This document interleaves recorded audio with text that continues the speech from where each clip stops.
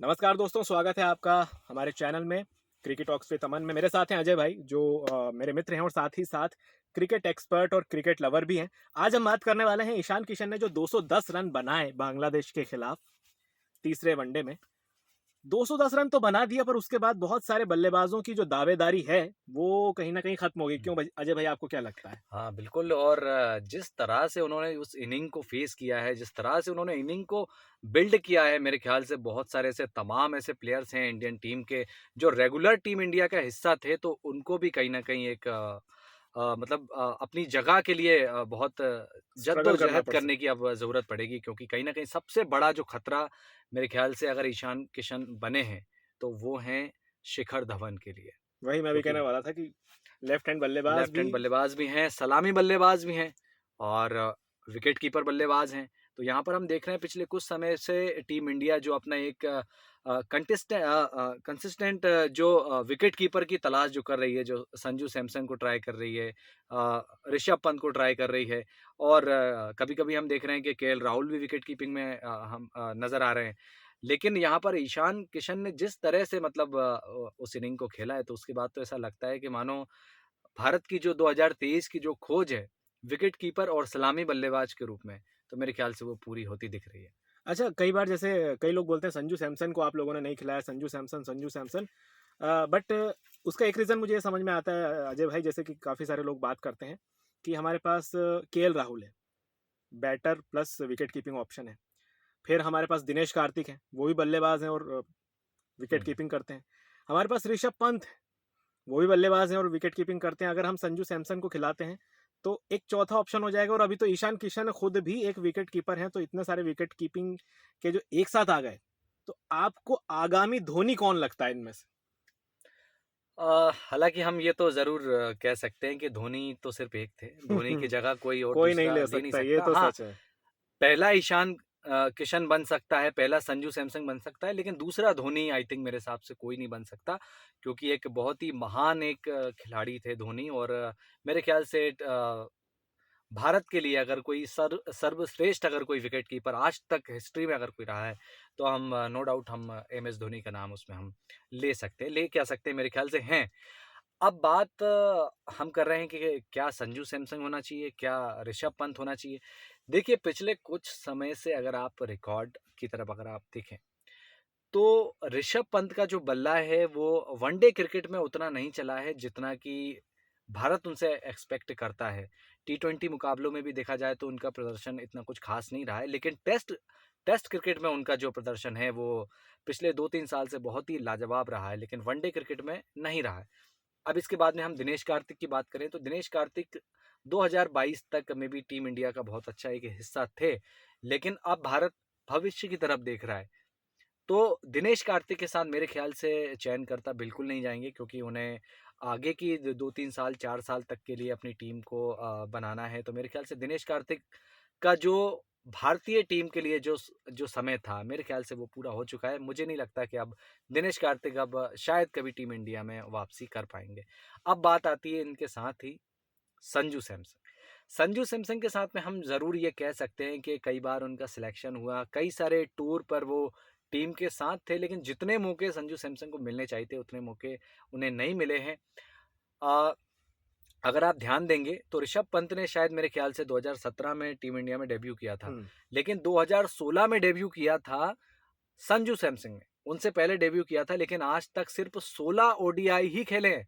2016 से लेके आज हम 2023 में प्रवेश करने वाले हैं और पिछले 7 सालों में संजू सैमसन ने ओनली 16 ओडीआई टीम इंडिया के लिए खेले हैं। तो आप इस चीज़ से ये समझ सकते हैं कि बहुत ही कम जो मौके हैं उन्हें मिले हैं और जितने भी मौके मिले हैं तो वो ऐसे मौके नहीं मिले कि उसमें बहुत ज़्यादा बैटिंग करने का उन्हें मौका मिला हो। तो मेरे ख्याल से संजू सैमसन को टीम में जगह एक बार फिर से मिलनी चाहिए और उन्हें पूरा समय देना चाहिए।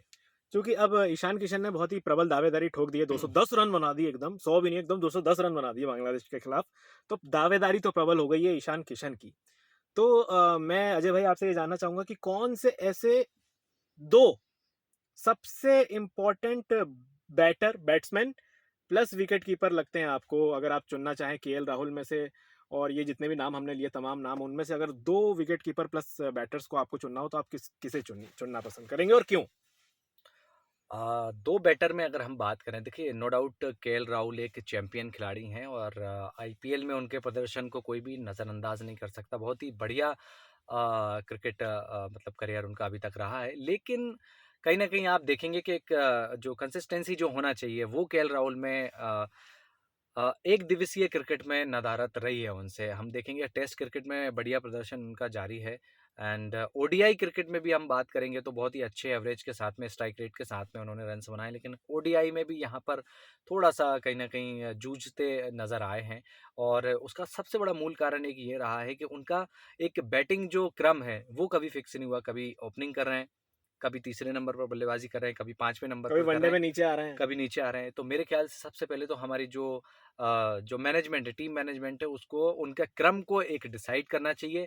उनका जो रोल है, उसको डिसाइड करना चाहिए कि भई आपको 5वें नंबर पे आके मैच फिनिश करना है या आपको ओपनिंग में सलामी बल्लेबाज की भूमिका निभाना है। तो सबसे पहले उनका एक रोल जो है, वो फिक्स करना पड़ेगा। मेरे हिसाब से विकेट कीपर के रूप में ना खिलाते हुए केएल राहुल को सिर्फ़ और सिर्फ़ एक विशेषज्ञ बल्लेबाज के तौर पर खिलाएँ, तो मेरे ख्याल से ज़्यादा बेनिफिशियल टीम इंडिया के लिए रहेगा। और 2 कौन से विकेट कीपर प्लस बैट्समैन आप चुनेंगे? हाँ, चूँकि अब हम 2023 के वर्ल्ड कप की तैयारी कर रहे हैं, तो 2 विकेट कीपर हमें चुनना है। तो बिल्कुल मैं यहाँ पर सबसे पहले जो 210 रन बना के अपनी दावेदारी जो मजबूत की है। देखिए एक तरफ हम ये कह सकते हैं कि सिर्फ़ एक इनिंग के आधार पर आप किसी को जज नहीं कर सकते। मेबी आप देखेंगे ईशान किशन के पिछले कुछ समय से अगर आप टीम इंडिया के कुछ दौरे जो उन्होंने किए हैं, उन पे देखेंगे तो कुछ ख़ास प्रदर्शन ईशान किशन का नहीं रहा है। लेकिन सिर्फ़ एक इनिंग में उन्होंने 210 रन बनाए हैं और उसके बाद से लगातार लोगों का कहना है कि भविष्य का जो विकेट कीपर है वो हम ईशान किशन की तरफ देख रहे हैं। तो मेरे ख़्याल से कहीं न कहीं थोड़ा वेट और करना चाहिए और भी 2-4 दौरों पर 2-4 सीरीज़ में उनको आज़माना चाहिए, उसके बाद ही कोई निर्णय लेना चाहिए। क्योंकि मेरे ख़्याल से विशेषज्ञ विकेट कीपर के रूप में अ अ, ऋषभ पंत और संजू सैमसंग ने काफ़ी समय टीम इंडिया को दिया है। पिछले 5-7 सालों से वो टीम इंडिया का भले ही अंदर-बाहर होते रहे, लेकिन कहीं न कहीं टीम इंडिया का हिस्सा रहे हैं। लेकिन उतना क्रिकेट ईशान किशन ने इंटरनेशनल नहीं खेला है, तो मेरे ख़्याल से इतना जल्दी ये कहना गलत होगा कि ईशान किशन मजबूत दावेदार हैं उनके विकेट कीपर के रूप में। तो मेरे ख़्याल से उनको थोड़ा और आज़माना चाहिए, उसके बाद कोई निर्णय लेना चाहिए और संजू सैमसंग को ज़रूर टीम इंडिया में होना चाहिए। एक बात और जो अजय भाई उभर कर सामने आती है कि पूरी टीम इंडिया का बैटिंग लाइनअप देखें तो लेफ्ट हैंड बल्लेबाज सिर्फ शिखर धवन और हुँ, ऋषभ पंत और ईशान किशन, ये तीनों के अलावा कोई है क्या लेफ्ट हैंड बैट्समैन? नहीं। आई आई डोंट थिंक सो कि युवराज सिंह जैसा कोई बीच में आके लेफ्ट हैंड बैट्समैन कमाल कर जाए, क्योंकि जब बैटिंग चल रही होती है तो लेफ्ट हैंड और राइट हैंड का जो कॉम्बिनेशन होता है, ज़्यादातर टीम्स ओपनिंग में उसे ट्राई करती है।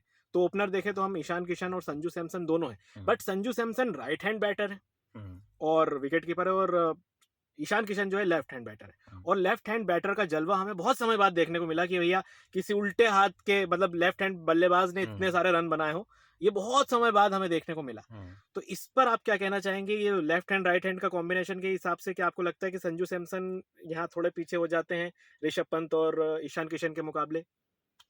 हाँ, ये चीज़ हम ज़रूर कह सकते हैं कि आज से अगर कुछ सालों पहले तक के भारतीय क्रिकेट को अगर अपन उठा के देखें, तो एक दौर था जब सुरेश रैना टीम की एक रीढ़ हुआ करते थे मध्य क्रम के अंदर।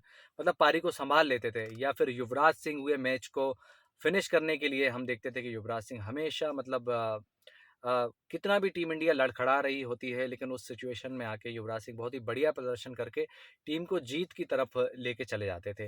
लेकिन आज के हम क्रिकेट में अगर देखा जाए तो सिर्फ़ और सिर्फ़ ऋषभ पंत हमको ऐसे क्रिकेटर दिखाई देते हैं जो बीच के मध्य क्रम में हमें बल्लेबाज़ी करते हुए दिखाई देते हैं। तो मेरे ख़्याल से ये बिल्कुल आप सही कह रहे हैं कि जो बैटिंग स्टाइल है जो right hand and left hand जो कॉम्बिनेशन है। कॉम्बिनेशन है, उसके हिसाब से देखा जाए तो ईशान किशन यहाँ पर संजू सैमसंग पर थोड़े से दावेदारी उनके ऊपर मजबूत करते हैं।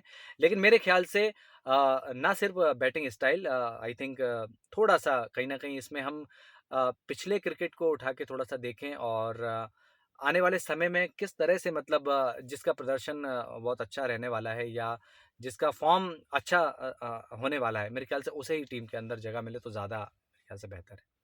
तो चलिए दोस्तों, आप भी कमेंट करके बताइए कि आप किस विकेट कीपर प्लस बल्लेबाज को ऊपर देखना चाहते हैं या टॉप में देखना चाहते हैं। एक और मैं इसमें चीज़ कहना चाहूँगा, मेरे ख़्याल से अगर बेस्ट ये रहेगा, संजू सैमसन तो मेरे ख़्याल से टीम इंडिया का हिस्सा अब होना चाहिए, क्योंकि उन्होंने एक बहुत लंबा टाइम टीम इंडिया के लिए दिया है, लेकिन वो मौके उन्हें नहीं मिले थे। तो मेरे ख़्याल से अब जो फैन्स उनके लगातार जो डिमांड कर रहे हैं, तो मेरे ख़्याल से वो पूरा होना चाहिए और उनको एक अच्छा खासा एक मौका मिलना चाहिए, ताकि वो अपने आप को साबित कर पाएँ। और एक और चीज़ इसमें कर सकते हैं, ईशान किशन और ऋषभ पंत में से किसी एक जो विकेट कीपर बैट्समैन है, उसमें थोड़ा-सा हमें कॉम्पिटिशन कराना चाहिए और दोनों में से किसी एक को टीम इंडिया के अंदर होना चाहिए। ये ज़रूर होना चाहिए। और मैं भी अगर हम कुछ ओपनर्स की बात करें, तो मैं ये भी मान के चल रहा हूँ कि हम कहीं न कहीं रिपीटेडली हम देख रहे हैं कि जो खिलाड़ी हमारे टेस्ट में होते हैं, वही खिलाड़ी हमारे ओडीआई में होते हैं, वही खिलाड़ी हमारे टी20 में होते हैं। तो बिल्कुल ऐसा नहीं होना चाहिए। अगर हमें आक्रामक क्रिकेट अगर खेलना है, हमें आजकल का जो फ़ास्ट जो शेड्यूल होता है क्रिकेट का, हम देखते हैं कि एक दौरा ख़त्म नहीं होता, उसके बाद तुरंत दूसरा दौरा चालू हो जाता है, तीसरा दौरा चालू हो जाता है और फिर 2-3 महीने का टाइट बिल्कुल आईपीएल का जो शेड्यूल होता है, इंजर्ड होते हैं खिलाड़ी। तो इससे बेहतर ये है कि आप टेस्ट क्रिकेट के जो कुछ 1-2 नाम को छोड़ के, कि जो टेस्ट में भी फिट बैठते हैं, इसके अलावा एक दिवसीय में भी फिट बैठते हैं, तो उन खिलाड़ियों को सिर्फ रहने दें। इसके अलावा टीम जो है टेस्ट क्रिकेट की अलग हो जानी चाहिए, ओडीआई की अलग होनी चाहिए और टी20 की अलग होना चाहिए। जैसा कि हम इंग्लैंड की टीम में हम देखते हैं, आप देखेंगे वहाँ पे कुछ 2-3 खिलाड़ियाँ जो खिलाड़ी होंगे, सिर्फ वही ओडीआई और टेस्ट क्रिकेट खेलते हैं। इसके अलावा आप देखेंगे कि वो उनकी जो टी20 की टीम है, वो बिल्कुल अलग होगी, ओडीआई की टीम अलग होगी और टेस्ट क्रिकेट उनका अलग होगा। मे बी आप सबसे बड़ा उदाहरण आप देख सकते हैं कि बेन स्टोक्स, जिन्होंने टेस्ट क्रिकेट को जारी रखते हुए एक दिवसीय को तो उन्होंने संन्यास ले लिया अलविदा उससे कह तो। दिया, हाँ। सिर्फ और सिर्फ 31 साल की उम्र में। हालाँकि ऐसा नहीं करना चाहिए। जब तक आप अच्छा खेल पा रहे हैं, आप हुँ। प्रदर्शन कर पा रहे हैं, तो आपको सभी तरह से अपने टीम को सहयोग उसमें देना चाहिए। तो चलिए दोस्तों, मैं फिर से आपको कहना चाहूँगा कि हम कोई बहुत ज़्यादा क्रिकेट के प्रति ज्ञानी नहीं हैं, बट हम क्रिकेट लवर हैं और क्रिकेट को बारीकी से ऑब्ज़र्व करते हैं। और बारीकी से जब हम ऑब्ज़र्व करते हैं, चर्चा करते हैं, तो बहुत सारी चीज़ें जो सामने निकल कर आती हैं, हमें लगता है कि आप तक भी पहुँचनी चाहिए, इसलिए हम आपसे शेयर करते हैं। और अगर आप इसमें कोई सुझाव अगर देना चाहते हैं कि नहीं ऐसा नहीं, हमारी प्लेइंग 11 ये होना चाहिए, आने वाले समय पर हमारे एक दिवसीय की प्लेइंग 11 ये होना चाहिए, ओडीआई में हमारे ये खिलाड़ी होना चाहिए, टेस्ट क्रिकेट में हमारे ये खिलाड़ी होना चाहिए और टी20 में हमारे ये खिलाड़ी होना चाहिए, तो कमेंट बॉक्स में आप ज़रूर उन खिलाड़ियों के लिस्ट आप डालें एंड ज़रूर हम उस पे और ज़्यादा हम अच्छे से समझ पाएंगे कि कौन खिलाड़ी है जो टीम इंडिया के अंदर प्रबल दावेदार होना चाहिए। चलिए मिलते हैं आपसे अगले वीडियो में। वीडियो अच्छा लगा हो, हमारी बातें अच्छी लगी हो, हमारी बातों से आप अगर एग्री करते हो तो वीडियो को लाइक कीजिए, दोस्तों से शेयर कीजिए और जैसा कि हमने कहा कमेंट करके अपनी राय ज़रूर दीजिए। और अगर इस तरह के और भी आप हुँ। वीडियोस देखना चाहते हैं, तो ज़रूर वो भी आप कमेंट बॉक्स में मेंशन कीजिए। हाँ, जो भी देखना चाहते हैं। Bye bye.